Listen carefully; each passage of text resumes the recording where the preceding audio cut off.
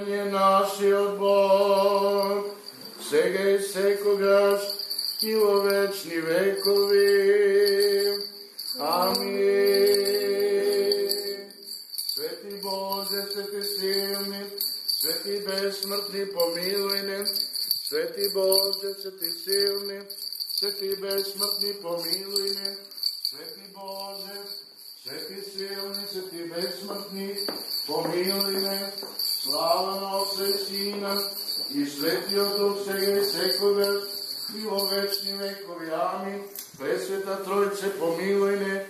Господи, очисти ни гробите, Владико, прости ни ги беззаконията, свети, посети ни, излекувай ги нашите немощи, заради Твоето име, Отче наш, кой си на небото, да се свети името Твое, да дойде царството Твое, да биде волята Твоя, како на небото, така и на земята.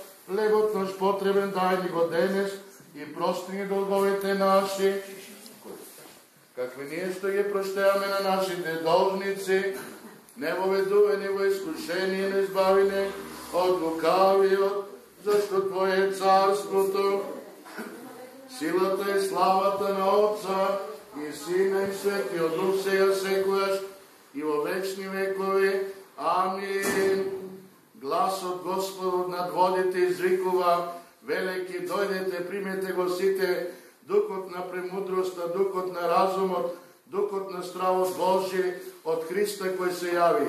Денес се осветува природата и се разделува Јордан и гледајте го владиката, како се крштева, го враќа текот на своите води. Како човек си дошол на река, Христе царю, настојувајќи од слуга да примиш крштение. Добар Боже, од претечевата рака, заради нашите греови, човеколюбче.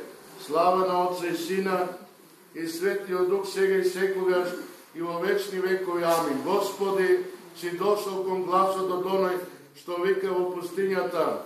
Пригответе го патот Господо, откако прими лик на слуга, барајќи крштение, ти што не знаеше за грев. Те видува водите и се уплашија.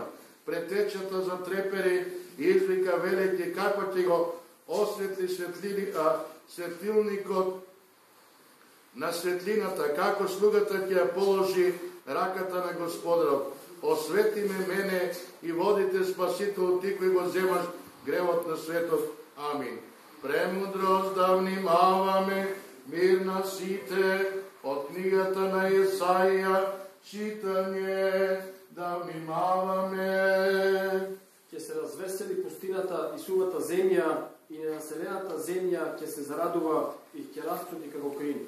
Прекрасно ќе цути, ќе се радува, ќе ликува и ќе се весели.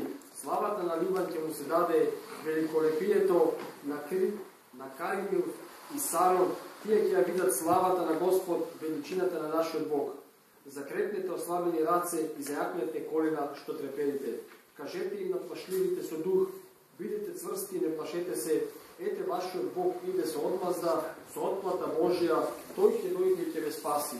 Тогаш ќе им се отворат очите на слепите, ушите на глухите ќе се одзатнат.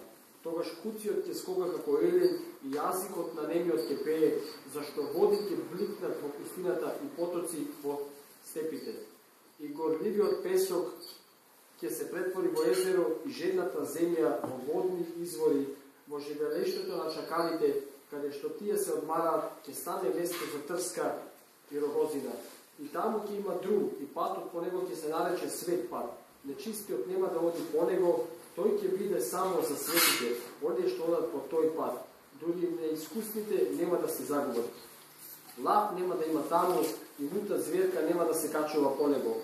Тие нема да се најдат таму, само откупените ќе одат таму. Ќе се вратат избавените од Господ и ќе дојдат на Сион со радосни извици и вечна радост ќе биде над нивната глава. Тие ќе најдат радост и веселба, а жалоста и воздишката ќе се заминат. Да внимаваме.